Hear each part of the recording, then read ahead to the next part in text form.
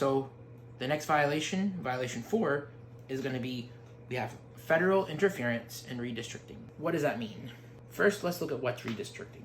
So states have the right to control their elections, and the federal government doesn't have the right to step in except when states do things that are illegal. And that's coming from the judicial side, not the executive side, which is what the White House and all of that branch of government is. That's the executive branch.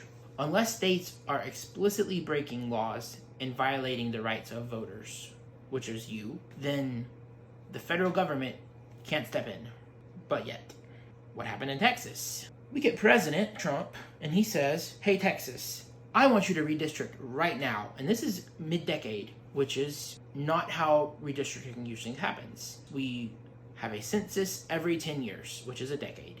So redistricting will happen every 10 years, and in this case, it would have been 2030. The last redistricting happened in 2020. The next one's supposed to happen in 2030. Mid-decade redistricting is not illegal, but it definitely breaks the norms. Now, in this case, what's happened is illegal. The president has told a state, I want you to find me 5 more Republicans. That's not how redistricting is supposed to work. Redistricting is supposed to fairly divide up a state to give representation to people. Now we know states and places don't do that, and that's a practice called gerrymandering. So what does this mean when the president tells a state, you do this?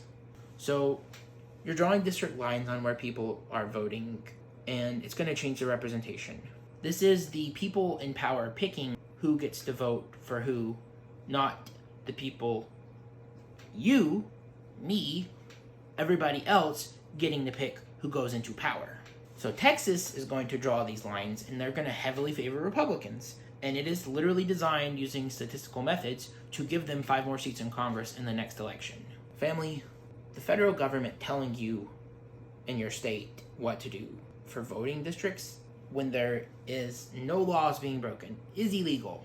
The president should not be able to interfere in states' rights and how we run our elections. The president doesn't get to decide how we district our states. Now, other states are being pressured to do that too.